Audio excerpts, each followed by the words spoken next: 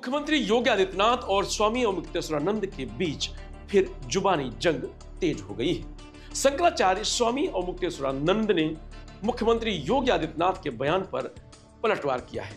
अवमुक्तेश्वरानंद ने कहा कि सनातन धर्म में शंकराचार्य की पहचान किसी राजनीतिक प्रमाण पत्र से नहीं होती है।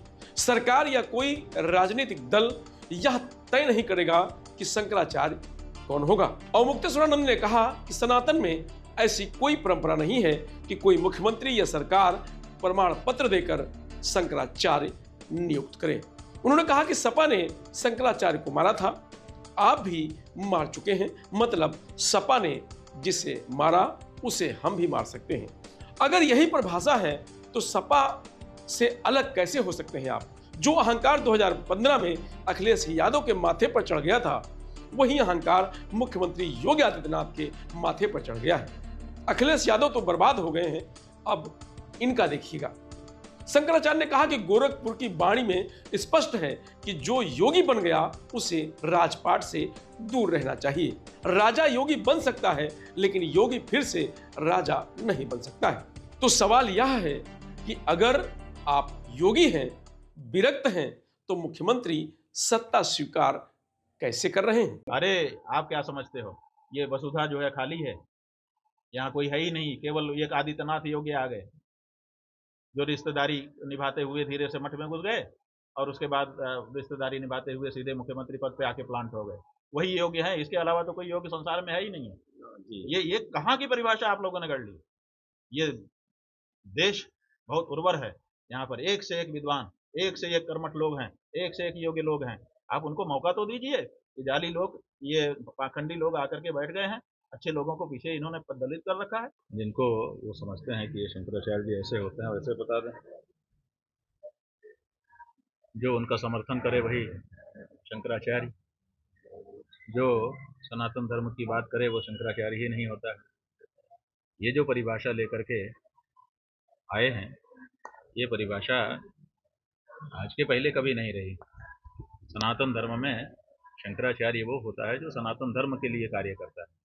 और सनातन धर्म का सबसे पहला जो विशेषण है वो सत्य है, जो सच बोले और गौ माता की रक्षा करे, सनातन धर्म की रक्षा करे।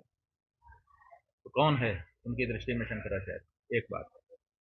दूसरी बात यह है कि उनको भी सवेरे लोगों ने दिखाया, तो हमने देखा कि वो कह रहे हैं उदाहरण देते हुए कि कोई भी अपने आप को शंकराचार्य नहीं लिख सकता। जैसे कोई भी अपने आप को मुख्यमंत्री कह सकता है क्या, ऐसा उन्होंने पूछा। फिर ये कहा कि कोई भी अपने आप को नेता प्रतिपक्ष कह सकता है क्या, ऐसा उन्होंने पूछा।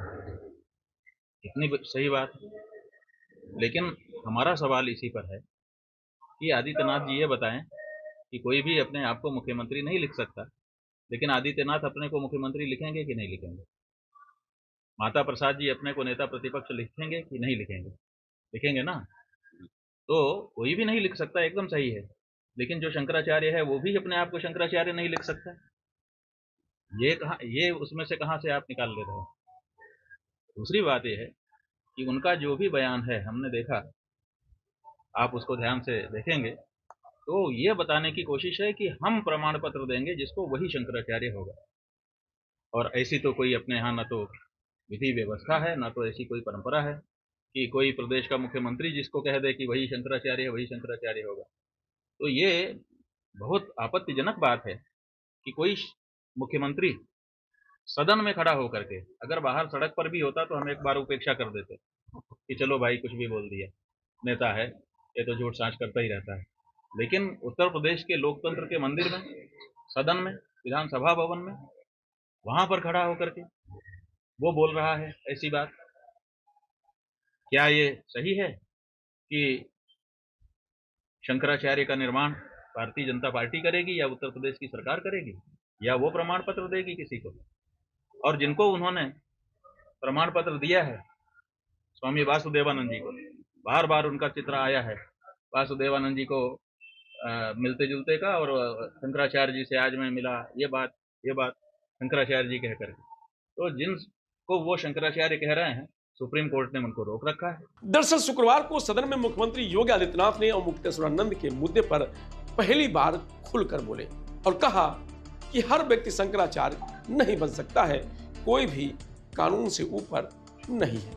सुनिए मुख्यमंत्री योगी आदित्यनाथ ने आगे और क्या कहा है। क्या हर व्यक्ति अपने लिए मुख्यमंत्री बनकर के प्रदेश के अंदर घूम जाएगा? कोई भी मंत्री का बोर्ड लगा करके घूम जाएगा? कोई भी समाजवादी पार्टी का राष्ट्रीय अध्यक्ष बनकर के कोई घूम जाएगा? एक सिस्टम है, एक व्यवस्था है। भारत के सनातन धर्म की भी यही व्यवस्थाएं हैं। शंकराचार्य का पद भारत के सनातन धर्म में सर्वोच्च और सम्मानित पद माना जाता है, बहुत पवित्र माना जाता है। इस सदन की व्यवस्था आप देखते होंगे, परंपरा से और नियमों से संचालित होता है। माघ मेला है, मौनी अमावस्या के दिन 4.5 करोड़ श्रद्धालु आया है। सबके लिए एक व्यवस्था बनाई गई है और कानून तो सबके लिए बराबर होता है। मेरे लिए कोई अलग कानून नहीं। अगर मैं अपराध करूंगा तो उसी कानून से मैं भी देखा जाऊंगा, जिस कानून से कॉमन मैन देखा जाएगा। मुख्यमंत्री का पद किसी कानून से ऊपर नहीं हो सकता। कोई व्यक्ति किसी कानून से ऊपर नहीं हो सकता। हम भारत के संवैधानिक व्यवस्था से जुड़े हुए लोग हैं और मेरा मानना है भारत के हर नागरिक को भारत के इस कानून को मानना चाहिए। भारत के अंदर शंकराचार्य की पवित्र परंपरा, जगत गुरु शंकराचार्य ने देश के अंदर 4 कोनों में 4 पीठों की स्थापना की। उत्तर में ज्योतिष पीठ की स्थापना, दक्षिण में श्रृंगेरी, पूरब में जगन्नाथपुरी, पश्चिम में द्वारिकापुरी। 4 पीठों के 4 वेद हैं, ऋग्वेद, यजुर्वेद, सामवेद और अथर्ववेद। इन सब के अपने मंत्र हैं।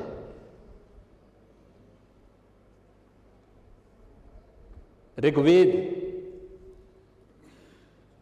इसका मंत्र प्रज्ञानम ब्रह्म, ये प्रज्ञा ही ब्रह्म है, ये इसका मंत्र है। क्योंकि बुद्धि की पवित्रता पर ऋग्वेद ध्यान देता है। यजुर्वेद अहम ब्रह्मास्मि, ये इसका मंत्र है, मैं ही ब्रह्म हूं।